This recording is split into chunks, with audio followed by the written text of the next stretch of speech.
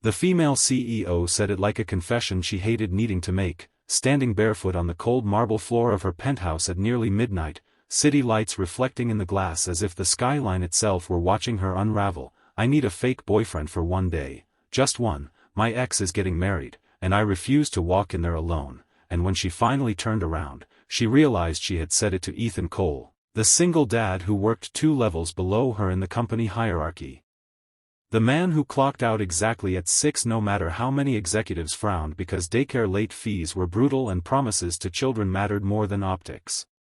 Ethan had only come upstairs because the elevator broke and security needed someone from operations to verify a shipment error, and now here he was, holding a tablet in one hand, jacket folded over his arm, eyes steady but kind, the sort of eyes that had learned how to watch life carefully after it had taken something precious away. She expected him to laugh or misunderstand or, worse, agree too quickly for the wrong reasons, but instead he exhaled slowly and said, "That's a dangerous thing to ask someone, not judgmental, not impressed, just honest." She snapped back that she didn't need a lecture, that this was a transaction, that she could pay him whatever he wanted, that it was only for appearances, but Ethan shook his head and said, "I don't fake things for money," then paused, glancing at the photo on his phone lock screen as it lit up with a reminder, "Pick up Lily at 6:15, and added quietly, "But I don't like seeing people cornered either." The room went still. She told him about the ex, the way he had smiled when he left, the way he said she'd never be enough without him, how he had paraded his new fiancée through the same social circles like a victory lap, how the wedding invitation felt less like courtesy and more like a dare. Ethan listened without interrupting, the way people do when they've learned pain doesn't need commentary, and when she finished, voice cracking despite herself, he finally said, "I won't pretend to be in love with you, and I won't lie about who I am," then met her eyes and delivered the line that surprised her more than anything else, "But if what you need is someone who will stand next to you and not let anyone disrespect you, I can do that."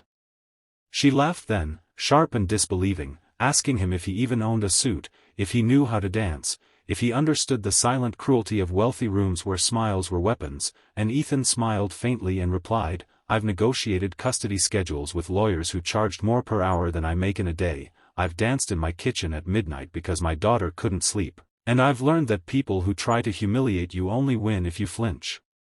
Something in her shifted. Against her better judgment, she agreed. Over the next few days, she learned things about him that unsettled her in ways boardroom battles never did, how he practiced conversation topics at night so he wouldn't say the wrong thing around donors, how he refused new clothes she offered to buy and instead tailored his old suit himself, how his phone was always on silent except for one contact labeled Lily with a star.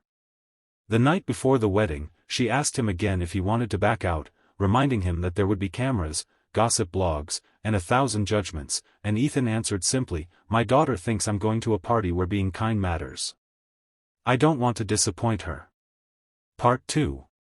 The wedding unfolded like a scene designed to test every insecurity she had ever buried under ambition, white roses everywhere, crystal glasses chiming, familiar faces scanning the room with curiosity that sharpened when she entered on Ethan's arm, his presence calm and grounding, not possessive, not showy, just solid, and when her ex finally noticed them, the smug confidence he wore like a tailored jacket faltered for half a second, long enough for her to breathe.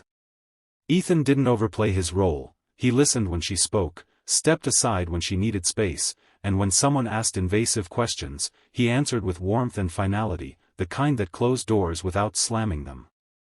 During the reception, her ex approached, eyes flicking over Ethan's suit with thinly veiled judgment, and said something meant to cut, something about trading up and moving on, and before she could respond, Ethan spoke, voice level but unmistakably firm, "She didn't lose you," he said, "she outgrew you," and then he turned back to her as if that was the end of the conversation, as if the past no longer deserved a seat at the table. In that moment, surrounded by music and laughter that suddenly felt distant, she realized no one had ever defended her without trying to own her in return.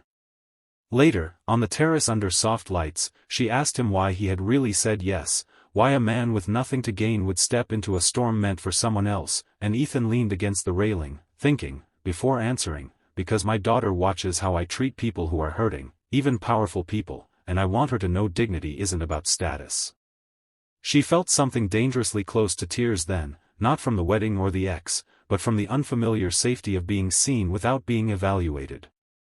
When the night wound down and the guests thinned, she told him the deal was over, that he was free, that she would have security call him a car, and Ethan smiled gently and said, "I know," then hesitated, adding, "But if you want coffee sometime, not as a favor or a performance, I'd like that."